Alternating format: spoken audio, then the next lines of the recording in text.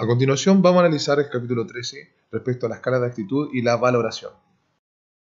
Vamos a entender que para poder medir una actitud es necesario tener escalas, que son instrumentos que miden distintas actitudes. Existen escalas de tipo ordinal, nominal, intervalo y de razón.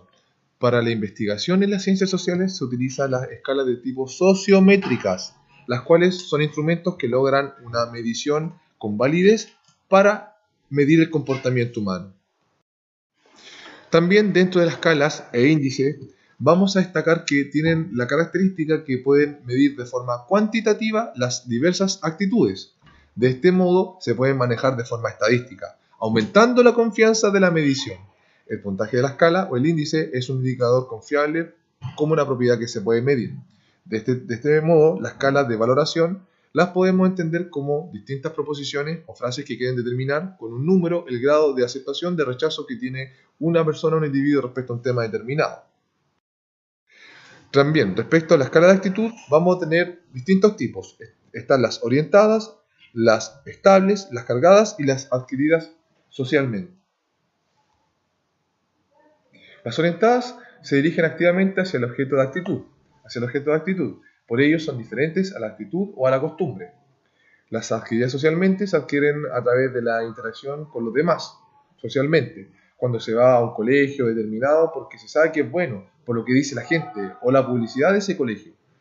En este caso, la escala de actitud estable son aquellas que pueden cambiar por influencia externa. Las cargadas son aquellas, como dice su palabra, que están cargadas por efectos como la aceptación, el rechazo, entre otros.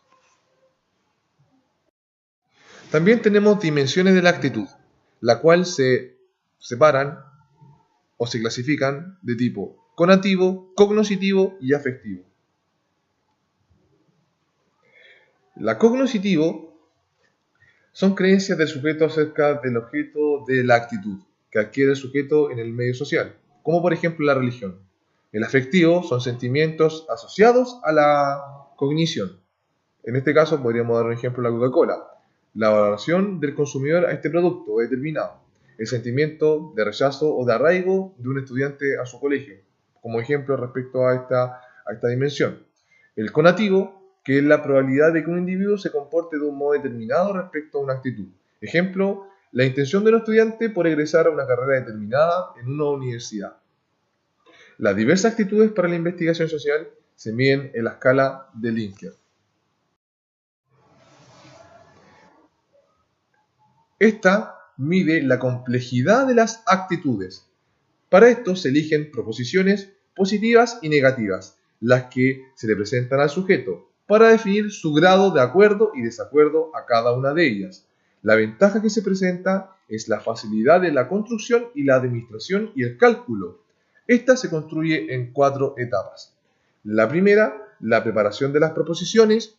La segunda, la asignación de las puntuaciones. La tercera, la aplicación de una muestra representativa. Y la cuarta, la selección de proposiciones y la confección de la escala definitiva. Vamos a profundizar en el segundo punto respecto a la asignación de las puntuaciones. Vamos a tener acá dos tipos de escalas de Likert, la cual está distribuida con los siguientes parámetros. Muy de acuerdo, ni de acuerdo ni en desacuerdo y muy en desacuerdo. De este modo, una puntuación mayor significa un mayor grado de acuerdo. Esto después se cuantificará. Si hago una afirmación negativa para este problema, para esta situación, para esta proposición, los que están más de acuerdo tendrán una actitud desfavorable. Cuando las afirmaciones son negativas, se califica en sentido contrario a las positivas. Respecto a la escala de Likert, la cual observamos en la parte inferior,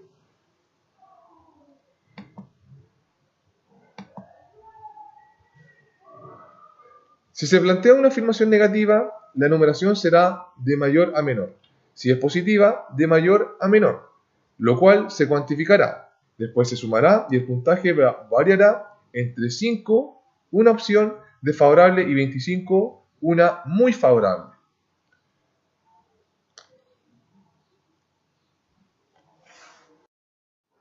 Vamos ahora a la selección de proposiciones y la confección de la escala definitiva.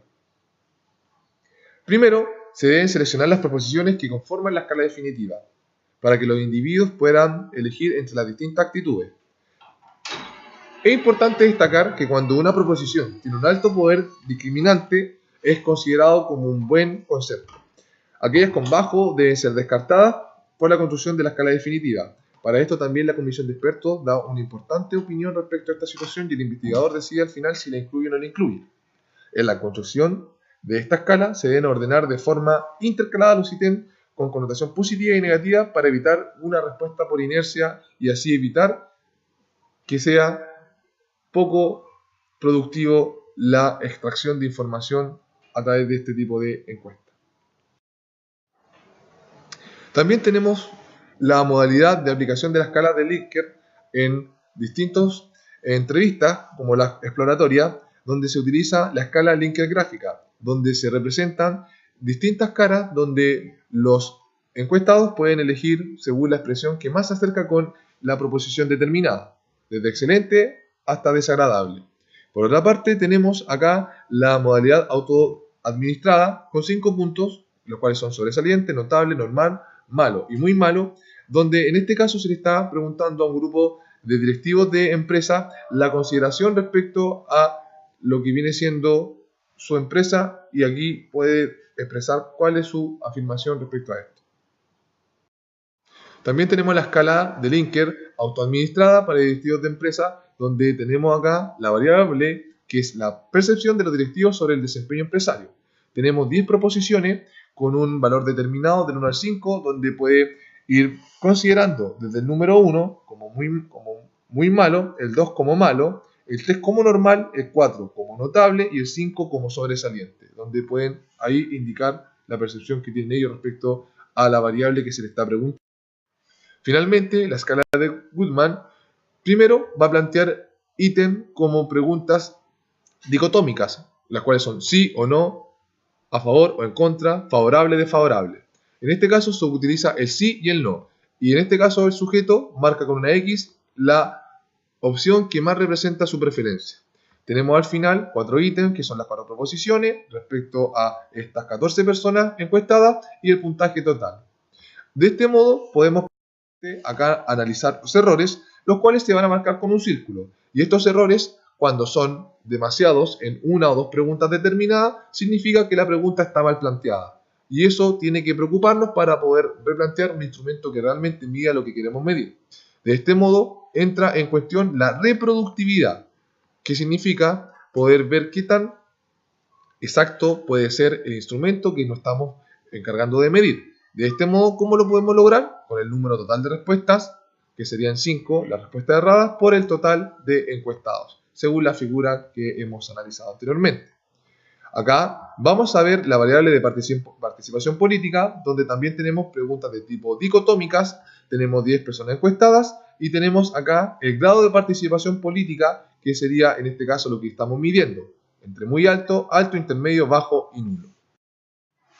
Después vamos a medir lo que es la escala diferencial semántica, las cuales se coloca una proposición donde tenemos un concepto que en este caso es rígido y flexible del 1 al número 7, donde marcará con una X su preferencia para poder representar qué tan de acuerdo o qué tanto están, qué tal es la preferencia respecto a lo que se le está planteando. En este caso se le pregunta sobre cómo es el comportamiento de un supervisor, desde rígido, que es la opción inicial, hasta flexible, que es el número 7, que sería la máxima expresión de flexibilidad según el planteamiento de la proposición. Esto mismo se puede hacer con varias proposiciones, con varios conceptos, los cuales van a ir gradualmente dando su escala de preferencia a las personas que lo vayan a ir midiendo. También acá tenemos la diferencial semántica, la cual se puede ir incluso graficando para ver cuáles son las preferencias más repetidas que se presentan en las personas encuestadas. Y tenemos también la diferencial semántica, donde se comparan distintos conceptos y los cuales se pueden graficar en dos columnas. Columna respecto a lo que viene siendo dos comerciales en comparación, el comercial A y el comercial B. Según estas características determinadas, y según los números que se le están dando acá para representar cada una de estas.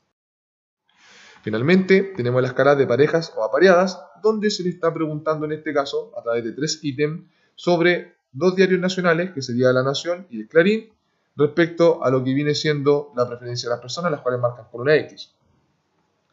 También tenemos las escalas de rangos, las cuales son preguntas, proposiciones, las cuales la persona va a marcar del 1 al 7 respecto a lo que es su calidad de vida, siendo número 1 la más importante y la número 7 la que es menos importante para poder incluir en el concepto de calidad de vida.